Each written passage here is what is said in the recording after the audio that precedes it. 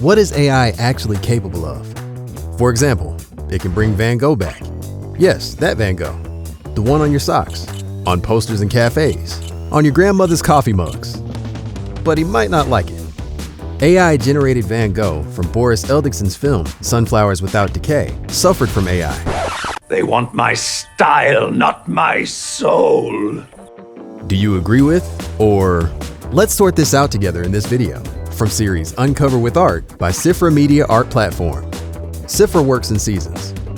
Right now, the season is Rest Art Reality, where we explore media fakes, reconstructed archives, and alternative histories. This video is part of that season too. Here, we turn to art to explain the world around us. In this video, we talk about AI-generated content and deepfakes, political scandals, stolen bodies, history that never existed, how they are already affecting your life. Sounds interesting? Then don't forget to follow us, like this video, and share it with friends. Let's start with a deepfake.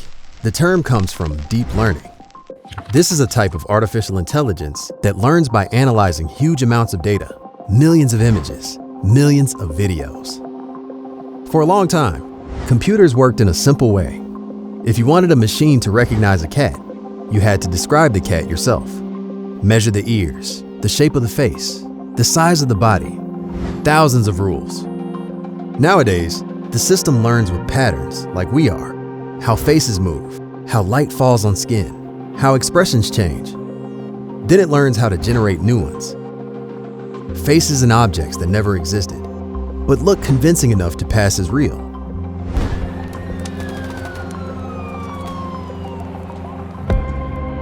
In the film How to Explain AI to a Coyote, no real coyotes were harmed.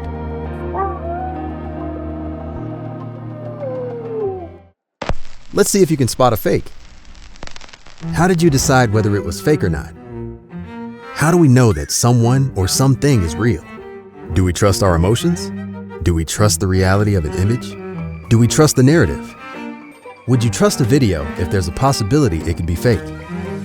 Please tell us your opinion in the comments below. To gain a better understanding of how AI fools us, let's examine works of artists who test technologies. In the project by contemporary artists Gwenola Wagon and Stephanie de Guten entitled Everything is Real, generated workers and activists are protesting. The faces come from stock images. Their slogans read, "We are real." Their voices, though synthetic, express a longing that feels human. But these figures are built from the same datasets that train the machines. Images generating new images. AI doesn't invent bias. It amplifies the one embedded in the data.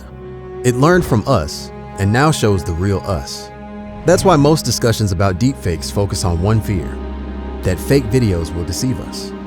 This fake video appears to show Taylor Swift giving away cookware sets. Celebrity porn, fake speeches, fraud videos, political scandals.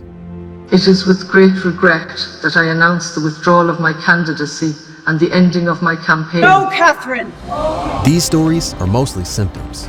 They show the system working in public. There's another problem with generations that are too realistic and deepfakes. Some researchers call it the liar's dividend. In other words, the existence of synthetic media creates a strange protection for those who want to lie. Not because the fake is convincing, but because the possibility of fakery is always there. Yeah, I'm tripping. Artist Jess Tucker found in deepfake something slightly different. Not the fake image, but the way machines learn to see. And the way I think about this is the failure or the glitch opens up an in-between space between the construction and the constructor or tools, the process behind it. Their work explores something they call the machine gaze, a form of perception trained entirely on the data. Sometimes a glitch reveals more than a perfect simulation, because when a deepfake works perfectly, the mechanism disappears. Whenever we consume media, we should be asking ourselves, why would someone want me to see this? How does it make me feel? How does it condition me to feel that way? And what's the potential impact of me having that feeling, or potentially many people having that feeling?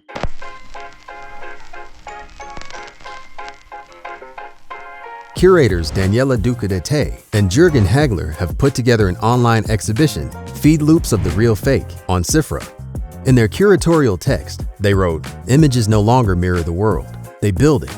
Every pixel, every dataset, every neural hallucination extends the material of reality itself. We inhabit a strange ecology in which the virtual is not elsewhere, but everywhere. The atmosphere we breathe, the language we think in, the space we inhabit, emotions, history, and desires circulate as data." AI-generated videos shows us how much of reality is already built from images. In that sense, deepfake is not just a threat, it's a tool. A way to expose how images work, how they shape memory, how they construct history. And that's exactly why artists are using it. In the project AI in the Art, artist Claudia Larcher uses the technology not to deceive, but to imagine another version of history. So we all know these very bossy pictures of Mies van der Rohe with a cigar, or Le Corbusier, and how they are like standing in front of their built towers in suits. That was already a bit awkward. Larcher uses deepfake images to fill some of those gaps, creating scenes that never existed, but perhaps should have. I would say I would strongly disagree with these images, so I decided to research some portraits of female architects. I didn't find so many. Basically, it was like Lina Bobardi, Brazilian architect, or Margarete Schütte-Lihotzky, a Viennese architect. I cut out their faces and glued them on these male bodies. My printed versions, or my analog versions, but also the digital data now is in the Austrian National Archive, next to the male originals. In Mihai Grecu's film, 1Q89, an AI-generated Kim Jong-il watches the downfall of another dictator, history observing itself. As an artist, I mean, for me, it's boring to just say, okay, this is true, this is not true. Look, people, this happened, this didn't happen. I'm challenging in a different way. I'm showing this as a mirror. Like, you look at it and you maybe think it's real, maybe think it happened or not. Don't you think now it sounds like a recent problem? We may simply be looking at the wrong moment in history. History rarely moves in a straight line. It tends to repeat its own conditions, almost like AI. It didn't invent fabrication. They exposed the mechanism. We had a manipulation. Now we've got a new tool. Reality didn't disappear again. It migrated. I think it's a media, because AI, yeah, it's a media. Also, the way you use AI to address the question of truth is a way of, like, it's an art statement, more or less. Catharina Doria explains 6 signals of AI-generated videos and deepfakeness. 1. Use your brain. For example, would a kangaroo hold boarding passes? Nope. Would the Pope walk the Met Gala carpet?